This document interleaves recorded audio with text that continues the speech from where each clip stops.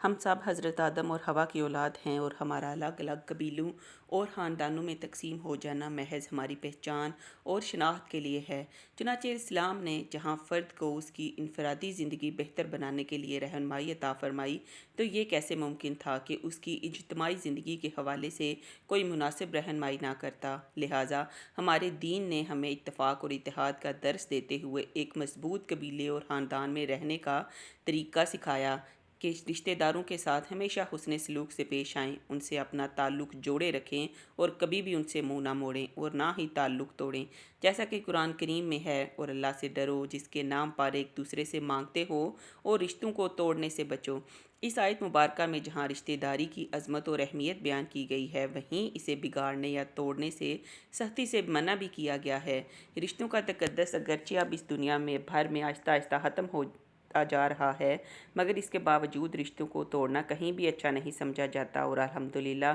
یہ ہمارا پیارا مذہب ہے جس نے ہمیشہ رشتوں کی قدر کرنا سکھایا۔ یہی وجہ ہے کہ اسلام میں رشتوں کو توڑنا اور قطع تلقی کرنا جہنم میں لے جانے والا کام سمجھا جاتا ہے اور اسے کبیرہ گناہ اور حرام قرار دیا گیا ہے۔ صرف قرآن میں ہی اس کی مذمت نہیں کی گئی بلکہ کئی احادیث میں بھی اس کے مذموم ہونے کا تذکرہ ملتا ہے۔ چنانچہ قطع تلقی کی مذمت سے متعلق چند فرمان مصطفیٰ یہ ہیں: جب اللہ پاک مخلوق کو پیدا فرما چکا تو رحم رشتہ داری نے کھڑے ہو کر بارگاہ خداوندی میں استغاثہ کیا تو اللہ تعالیٰ نے ارشاد فرمایا، کیا تو اس پر راضی نہیں کہ جو تجھے ملائے میں اسے ملاؤں اور جو تجھے کاٹے میں اسے کاٹ دوں گا؟ عرض کی، اے میرے رب، ہاں میں راضی ہوں۔ سرکشی اور رشتہ داری توڑنے سے بڑھ کر کوئی گناہ اس بات کا مستحق نہیں کہ اللہ اس کی سزا دنیا میں جلد دے دے اور اس کے ساتھ اس کے لیے آخرت میں بھی عذاب کا ذخیرہ رہے، یعنی یہ دونوں گناہ دنیا میں جلد سخت سزا اور آخرت میں عذاب کے زیادہ مستحق ہیں۔